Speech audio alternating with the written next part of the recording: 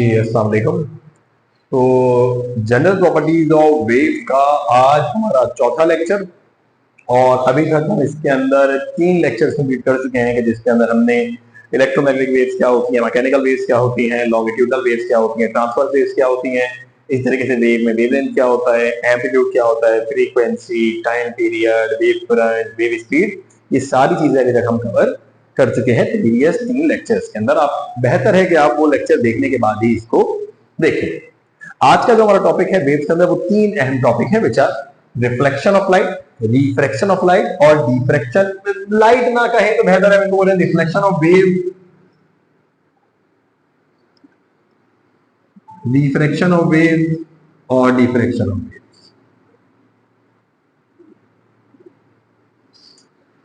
ठीक है जी। तो पहली चीज जो हम इसके अंदर स्टडी करेंगे वो होगी हमारी रिफ्लेक्शन ऑफ वेव। आइए जी समझते हैं रिफ्लेक्शन ऑफ वेव क्या होती है।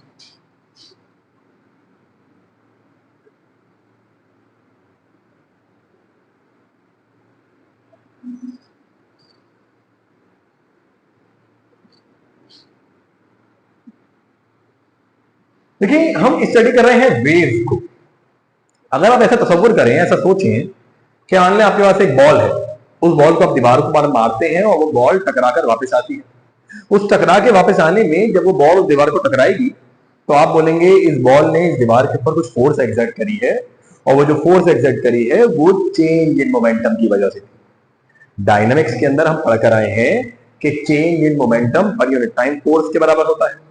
एक पार्टिकल जाएगा, टकरा कर वापस आएगा, जो फोर्स लगाएगा वो उसके change in momentum per unit time के बराबर होगा। लेकिन अगर गौर किया जाए तो वो जो फोर्स लगी वो एक्चुअली में हमारी पार्टिकल का मोमेंटम चेंज होने की वजह से लगी।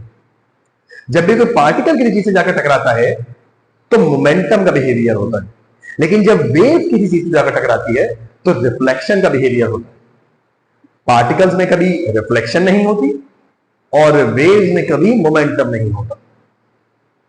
इस बात को, इस कॉन्सेप्ट को आगे जाकर हम थोड़ा सा चेंज भी करेंगे जब हम वेव पार्टिकल ड्युअलिटी के बारे में पढ़ेंगे। लेकिन अभी हम वेव पार्टिकल ड्युअलिटी को नहीं पढ़ रहे, हम सिर्फ वेव्स का जिक्र कर रहे हैं।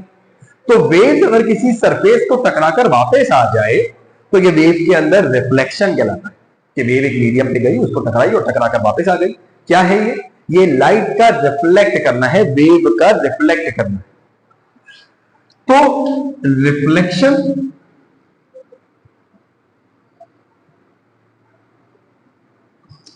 यह हम बोले दी बाउंस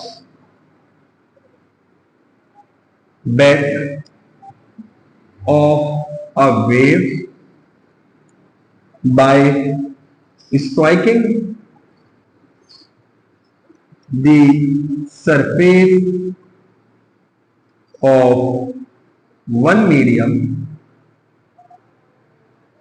is called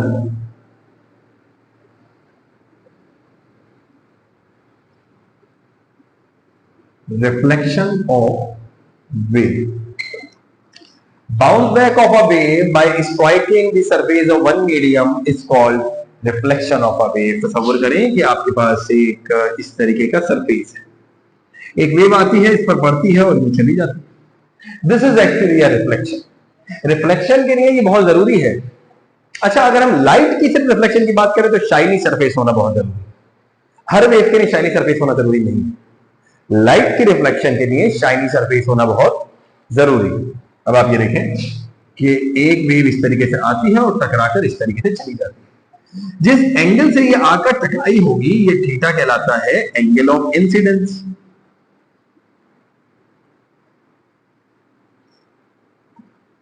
ये थीटा कहलाता है एंगल ऑफ इंसिडेंस, और जिससे ये टकराकर वापस जाएगी जिस एंगल से, ये कहलाता है एंगल ऑफ रिफ्लेक्शन। देखिए, जिस भी सरफेस को वेव टकराएगी वो सरफेस स्मूथ होगा या नहीं होगा, ये दोनों ही सिनेरियोज पॉसिबल है। अगर तो सरफेस स्मूथ है, अगर सरफेस, क्या कह रहा हूं मैं, अगर तो सरफेस स्मूथ है, एक प्लेन सरफेस है, कोई मार्बल है, कोई टाइल्स है, कोई प्लेन गिलास है, अगर सरफेस स्मूथ है, खुरदुरा नहीं है, तो स्मूथ सरफेस बोले या रेगुलर सरफेस बोले। रेगुलर सरफेस हम ऐसे सरफेस को बोलते हैं जो हर जगह से एक सा। स्मूथ सरफेस बोले हम या रेगुलर सरफेस बोले, बात एक ही है। क्या मतलब है रेगुलर सरफेस का? रेगुलर सरफेस पर, एक स्मूथ सरफेस पर जहां पर खुरदुरापन ना हो, बिल्कुल सीधा सरफेस हो, एंगल ऑफ इंसिडेंट बराबर होता है एंगल ऑफ रिफ्लेक्शन की। एंगल ऑफ इंसिडेंट बराबर होता है एंगल ऑफ रिफ्लेक्शन की स्मूथ सरफेस के लिए। स्मूथ सरफेस से मुराद एक ऐसे सरफेस की जिससे खुरदुरापन बिल्कुल भी नहीं होगा, एक बिल्कुल सीधा सरफेस होगा। एक शीशा हो सकता है, एक मार्बल, एक टाइल, कुछ भी हो सकता है जो बिल्कुल सीधा हो, उस पर रोशनी आए, टकराए और टकराकर वापस जाए, तो जिस एंगल से आई होगी और जिस एंगल से गई होगी वो बराबर होगी। अगर सरफेस स्मूथ हुआ तो, यानी रेगुलर हुआ तो। लेकिन अगर रेगुलर नहीं हुआ सरफेस, मुमकिन है कि सरफेस इस तरीके का हो,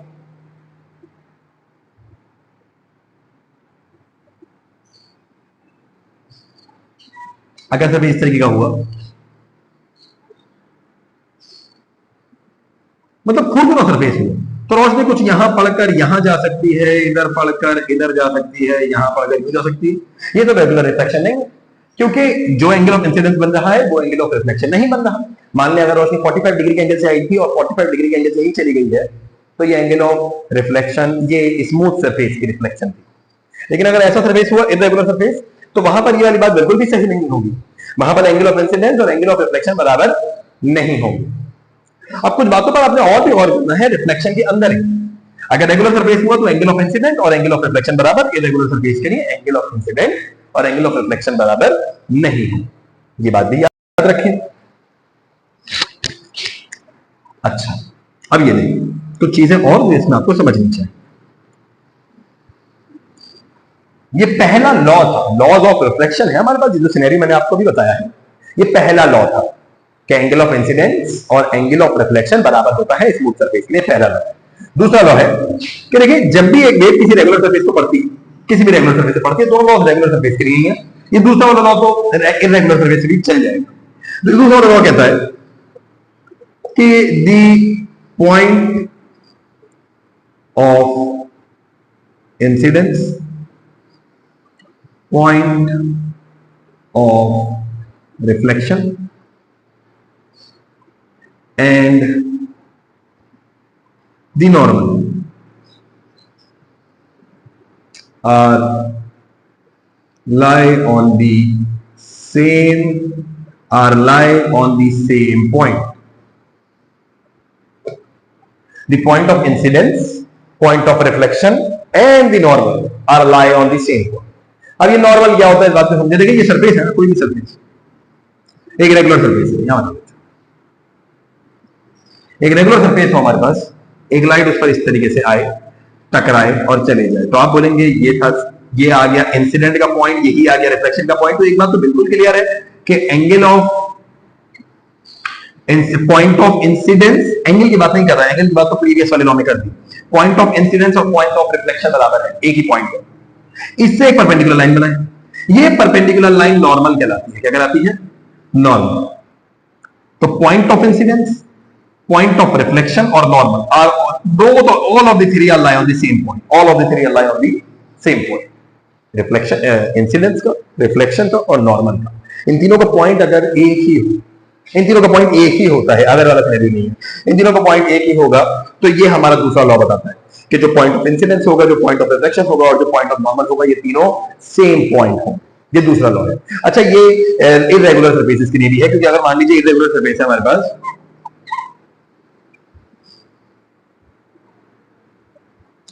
अगर हमारे पास कोई सरफेस इरेगुलर है, तब भी देखें, अगर मान लें लाइट पड़ के यहां से यहां भी जाती है, तब भी पॉइंट ऑफ इंसिडेंस, रिफ्लेक्शन और नॉर्मल तो भी सेम ही है। पॉइंट की बात होगी, एंगल की बात नहीं है।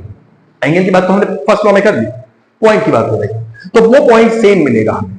ये रिफ्लेक्शन के बारे में हमें वेव में याद रखना चाहिए। ये point of incident, point of reflection और नॉर्मल सेम पॉइंट पर आते हैं। तो ये वेव की रिफ्लेक्शन है, ये भी एक बड़ी यूनिक प्रॉपर्टी है। दोबारा मैं एक बात रिपीट करूं कि वेव में मोमेंटम नहीं होता, पार्टिकल में रिफ्लेक्शन नहीं होती। वेव की कोर प्रॉपर्टी रिफ्लेक्शन, पार्टिकल की कोर प्रॉपर्टी मोमेंटम। ठीक है जी, उम्मीद है यहां तक की बात आपको समझ में आ रही है। आगे चलते हैं, रिफ्रैक्शन को स्टडी करते हैं। रिफ्रैक्शन क्या है?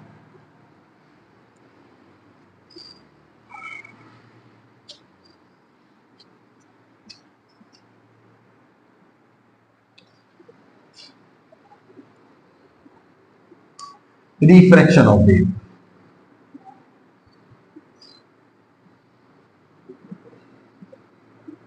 रिफ्रैक्शन में आपको इस चैप्टर में ज्यादा नहीं पढ़ाऊंगा, चैप्टर 1 है। जब मैं आपको ज्योमेट्रिकल ऑप्टिक्स पढ़ाऊंगा वहां पर मैं आपको रिफ्रैक्शन बहुत डिटेल में पढ़ाऊंगा। तो रिफ्रैक्शन ऑफ वेव का मतलब क्या है? Refraction of wave, the bending of a wave when it enter from less denser medium to more denser medium. The bending of a wave when it enter from a less denser medium to more denser medium. Light का band कर जाना कब? कि जब वो एक less denser medium से एक मोर डेंसर मीडियम में जाए। मान ले एयर से किसी सॉलिड में जाए, किसी गिलास से गुजरे। देखो रिफ्लेक्शन में लाइट कभी सरफेस को पार नहीं करती, सरफेस को लाइट पार नहीं करती, टकराकर वापस चली जाती है। रिफ्रैक्शन में लाइट मीडियम को पार कर जाती है। समझने वाली बात है। अब आप माने कि आपके पास इस तरीके का सरफेस है, एक लाइट इस तरीके से आई, यहां पर ये लाइट थोड़ी सी बैंड हो गई और बैंड होने के बाद ये लाइट इस तरीके से गई, इस तरीके से आई, थोड़ी सी बैंड हो गई और फिर इस तरीके से। ये जो बेंडिंग ऑफ लाइट का नेचर है ये दरअसल में रिफ्रैक्शन है। रिफ्रैक्शन को थोड़ा सा पॉज करके दोबारा रिफ्लेक्शन पर आए। और रिफ्लेक्शन में एक बात मैं आपको बता दूं, एक एग्जांपल दे दो रिफ्लेक्शन जो मेरे जहन में उस वक्त नहीं आई। रिफ्लेक्शन का मतलब वो तो आपको समझ में आया। रिफ्लेक्शन की एग्जांपल ये है कि आप जब मिरर के आगे खड़े होते हैं और आपकी इमेज मिरर बन रही होती है तो वो रिफ्लेक्शन ऑफ लाइट की वजह से ही बन रही होती है। लेकिन रिफ्रैक्शन का सिनेरियो थोड़ा अलग है। रिफ्रैक्शन की वजह से जब भी हम किसी को देखते हैं तो हमें वो कोई चीज थोड़ी सी बैंड नजर आती है। रिफ्रैक्शन की एग्जांपल ये कि मान लें कि एक गिलास ऑफ वाटर हो, उसके अंदर पानी भरा हुआ हो और उसके अंदर आप कोई पेन या कोई भी चीज डालिए, तो आप ऐसा ऑब्जर्व करेंगे कि जो आप दरअसल में उस पेन को देख रहे थे तो वो आपको बिल्कुल सीधा नजर आ रहा था, गिलास में डाल देने के बाद आपको थोड़ा सा कर्व नजर आ रहा है। ये चीज हम इस वक्त करेंगे। तो पेन मेरे हाथ में है, ये मुझे बिल्कुल ऐसा ही नजर आ रहा है कि जैसा ये है। लेकिन जब मैं इसको इसके अंदर डाल देता हूं और मैं इसको अपने आई लेवल के ऊपर रख के देखता हूं तो मुझे ऐसा लगता है कि मेरा जो ये कैप वाला हिस्सा ये थोड़ा सा ऊपर है और जो इससे नीचे वाला हिस्सा है ये थोड़ा सा नीचे की तरफ है। ऐसा क्यों? क्योंकि इसके अब मीडियम का फर्क है। जब लाइट वाटर के अंदर जा रही है तो वाटर, जब मैं इस पेन को ऊपर देख रहा हूं तो ये पेन एयर के मीडियम में है, रिफ्लेक्शन एयर के मीडियम में हो रही है। और जब मैं अंदर वाले पार्ट को देख रहा हूं तो रिफ्लेक्शन वाटर के मीडियम में हो रही है। वाटर का मीडियम ज्यादा डेंसर होता है तो लाइट यहां पर रिफ्रैक्ट कर रही है, ऊपर लाइट रिफ्लेक्ट कर रही है, तो ऊपर वाली इमेज बिल्कुल सही है और अंदर वाली इमेज रिफ्रैक्शन की बुनियाद पर थोड़ा सा नीचे नजर आ रही है। यह कॉन्सेप्ट हमारे पास आया है रिफ्रैक्शन से। रिफ्रैक्शन क्या है? बैंड कर जाना लाइट का एक मीडियम से दूसरे मीडियम में जाते वक्त। रिफ्रैक्शन को मैं आपको सिर्फ डेफिनेशन की हद तक समझाऊंगा क्योंकि रिफ्रैक्शन को डीपली मैंने कवर करना है ज्योमेट्रिकल ऑप्टिक्स। उम्मीद है आपको रिफ्रैक्शन समझ में आई होगी। मैं आगे बढ़ूंगा डिफ्रैक्शन ऑफ वेव की तरफ। जैसे हमने रिफ्लेक्शन के लॉस पढ़े वैसे रिफ्रैक्शन के लॉस भी है, लेकिन वो ज्योमेट्रिकल ऑप्टिक्स से।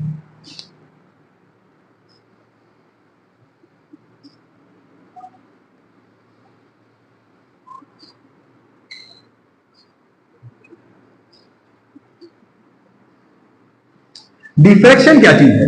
डिफ्रैक्शन है spreading of a wave, spreading of a wave when it strike the edges of the obstacle in the path of wave, in the path of wave. क्या है diffraction of a wave? Spreading of a wave when it strike the edges of an obstacle in the path of a wave. मान लीजिए कि आपके पास एक light source है, multiple lights आ रही हैं। एक आपने मान लीजिए ये एक स्लिट है और ये दूसरी स्लिट है, इनके दरमियान में ये गैप मौजूद है। इनके दरमियान में एक गैप बॉडी है, मान लीजिए एक सोर्स ऑफ लाइट है आपके पास, ठीक है, एक सोर्स ऑफ लाइट, इससे एक सोर्स ऑफ वेव है, इससे वेव जनरेट हो रही है। ये वेव जब ये ऑब्स्टिकल है ना, रुकावट है इसके रास्ते में, लेकिन ये स्लिट तो थोड़ी सी खुली हुई है, यहाँ से जगह है निकलने की। जब ये यहां से निकलते वक्त इन एजेस से टकराएगी तो ये और स्प्रेड हो जाएगी, जब इधर टकराएगी तो ये और स्प्रेड हो जाएगी। ये जो स्प्रेडिंग ऑफ अ वेव है किसी ऑब्स्टिकल कहते हैं रुकावट को जो कि वेव के रास्ते में मौजूद हो, तो किसी ऑब्स्टिकल के एजेस से अगर वेव टकराएगी और उसके बाद फैल जाए, तो this concept is actually called diffraction. When a wave strike the edges of the obstacle, it's spread. Such phenomena is called diffraction. रोशनी का एजेस पर टकराकर फैल जाना, कोनों पर टकराकर फैल जाना क्या कहलाता है? डिफ्रैक्शन। इसके एग्जाम्पल ऐसे भी है कि मान लीजिए कि आप किसी रोशनी के रास्ते में रुकावट बन जाइए और रोशनी को ब्लॉक करें, तो यकीनन आपका शैडो बनेगा। वो जो आपका शैडो बनेगा वो सेंट्रली बहुत डार्क होगा क्योंकि आपने लाइट को कभी नहीं ब्लॉक कर रखा है, बट जो एजेस होंगी आपकी वहां से तो कुछ लाइट जा पा रही है, तो जो कॉर्नर का शैडो होगा वो भी थोड़ा सा डल बनेगा क्योंकि कुछ रोशनी वहां तक पहुंच रही है, लाइट टकराकर फैल रही है। Such phenomena is actually called diffraction. उम्मीद है कि आपको रिफ्लेक्शन, डिफ्रैक्शन और रिफ्रैक्शन समझ में आया होगा। चौथे लेक्चर के लिए इतना ही। इंशाल्लाह नेक्स्ट लेक्चर के अंदर हम कवर कर रहे होंगे सिंपल हार्मोनिक मोशन। तो अब तक के लिए शुक्रिया, अल्लाह हाफिज।